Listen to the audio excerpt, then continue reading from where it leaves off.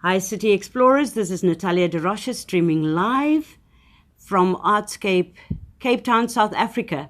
And we are in conversation with Marlene Le Roux, the CEO of Artscape Theatre. So, Marlene, let's talk about the new norm about city exploring and this kind of platform. You spoke about live streaming. That is what you did previously during COVID time. So explain to us what Artscape did. You know, Natalia, as I said previously, is that I had a core team. We don't have a big staff complement, but I had a core team which everybody was on board immediately with our standard operation procedures for COVID-19.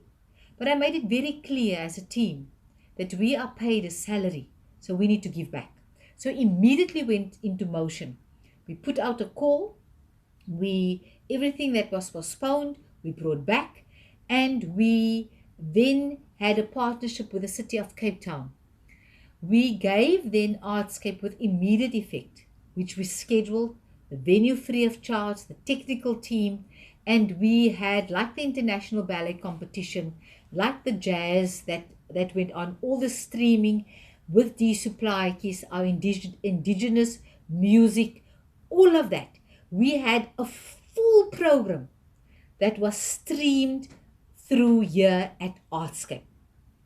The National Arts Festival also had their slot at Artscape, where they then could do their festival very successfully from Artscape through streaming. But what we've also done, I said, okay, now as a team we need to think creatively because artists needs to be paid as well.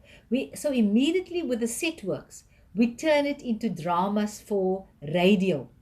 Our new voices became then radio dramas, and wow, I must tell you, it reached thousands and millions of people, more than it has reached when we just had it at Artscape.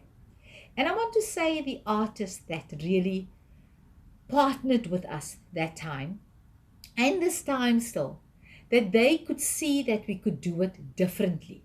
But again, I want to say it is not the norm. We should never say we can do it dual, very important, but streaming, the artists, it's very important for artists to be on stage. It's very important for artists to have the feeding of the energy of the audience. And then there's important stuff that we need to realize, which I've realized during COVID as well, that our industry is not regulated. There are artists that went to colleges, universities, all genres, that has studied. They must compete with the same artist that is freelancing, that didn't went through all the education background, or artist that's not in a company that is out there, that doesn't have the backing of a management that can speak on behalf of them. And we, after COVID, or even now, we need to sit down as artists and say to ourselves, how, and take out the theaters because the theaters must be receiving houses.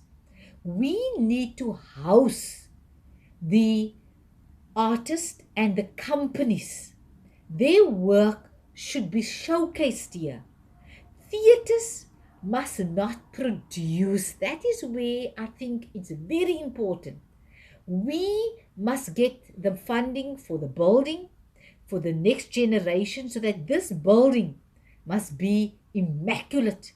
Because my job, and that is why it's so important, that you can't just be a CEO and you don't understand the industry. You need to be able to understand finance. You need to be able to understand business because this is a business. You need to be able, because we are over-regulated. I need to know the treasury rules. I need to know the PMFA. I need to know that I'm going to be audited. I need to know that I'm going to need to have a board to be able for governance. I need to know compliance. So I need to do, as a musician, as a music person, I needed to go back to university. to be able to study business science, a business degree. I needed to be in business to understand how can I take this company, because it's first and foremost a company that I need to run. Then it's HR. Then it's technical. Then about the building. If anything, if a patron is being hurt here, I am the accounting authority. So health and safety is of utmost importance. So I need to know what it is to be the health and safety authority of a space like Artscape. Then there's a revolving stage. Anything can happen on that stage. There's lights.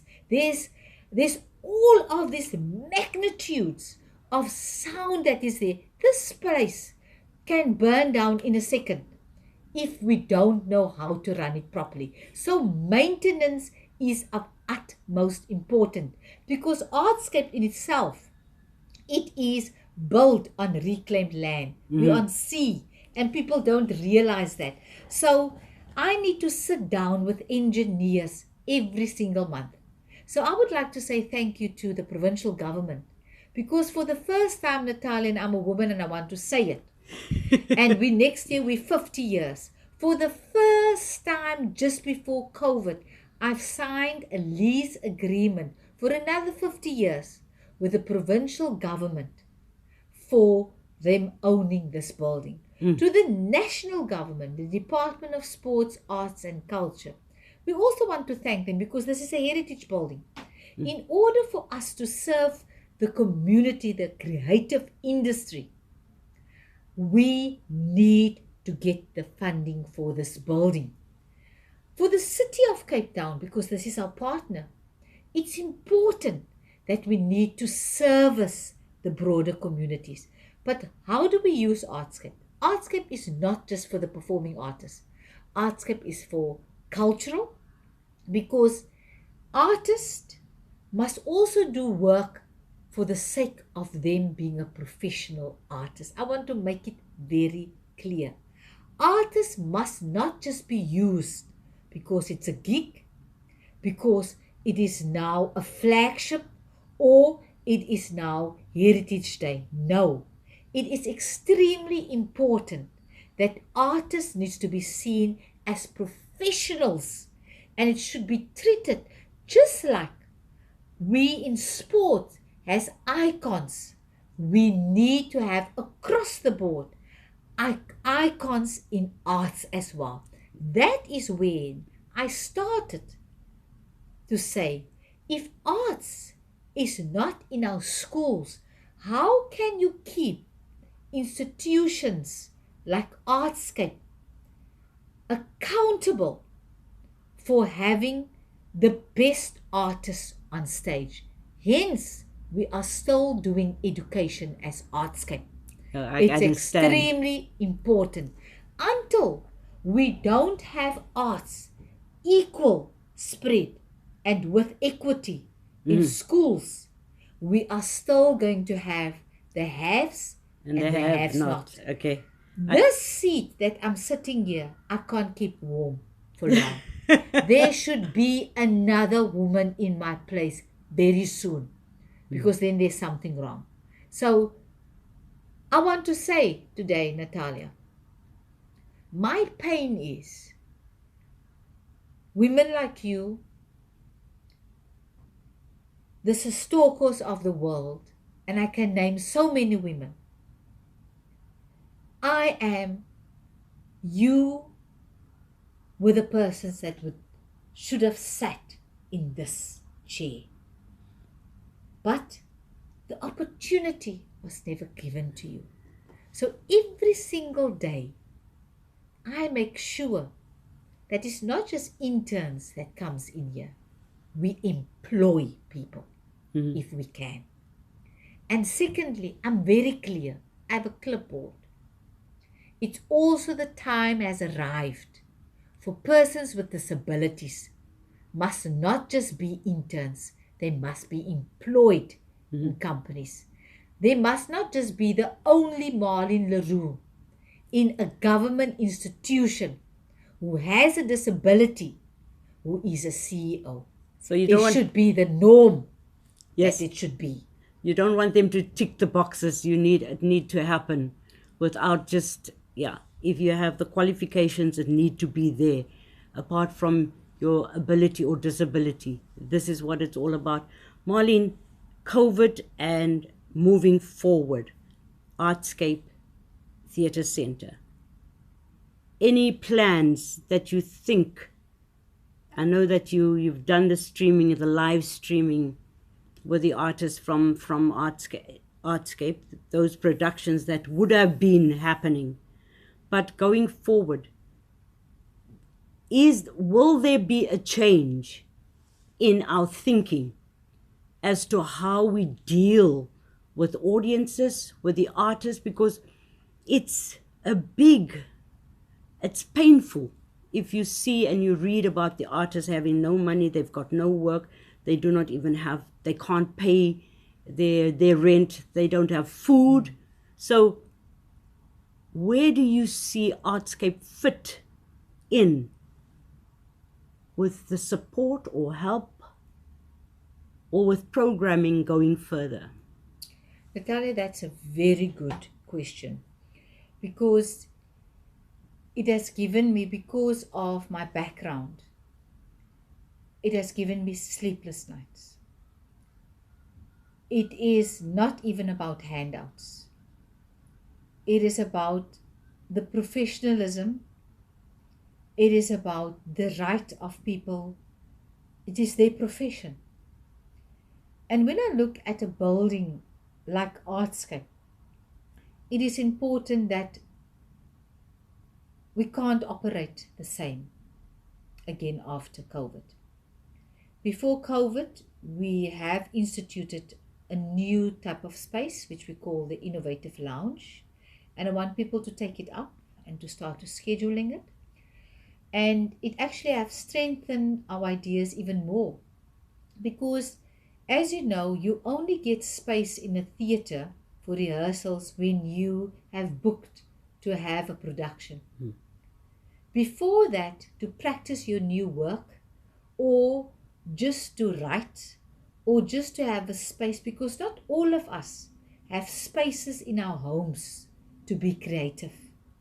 And it was a long thought process for myself and the team to realize that we need to give, with no strings attached, professional artists a space at Artscape to come and book and schedule for 2 to 3 weeks a space where you can just hone your skill or have your practice, whether you're a pianist, whether you're in a drama, whether you're writing new dramas, whether you're a dancer or a hip-hop artist, doesn't matter which art form, that you can practice or can hone your skill. So that's one thing that we are implementing with immediate effect, because you need that space. In order for you to go out and to sell yourself, you need to have, unfortunately for artists, you are an entrepreneur. You need to be a hustler in order for you to get where you want to be. So we want to give you a space to be able to be a hustler with a product. If you don't have a product, you can't even come and talk to me, because you need to have a product. That's why you're an artist. The second factor is that scheduling will totally look different at Artscape. And this is something that we're working already on, where we need to say, although 2021 we have a schedule, but we're saying that we need to give the theatre to the people. But it's important that our institutions and our funding institutions, because Artscape is not a funding institution. I want to make it clear. The funding institutions should work alongside with entities which is government regulated entities, which need to comply to all government. It's unlike private theatres. We are regulated by government compliance, and that is important that people need to understand. And That is why we're saying we want to make it easier for our minister to say, let's take paths, let's open this up again. Let's revisit how we can help artists again. That's why the resource centers are utmost important. Business skills, training in business skills. Secondly, how do you write up a company? How do you constitute yourself to be able to successfully apply for funding?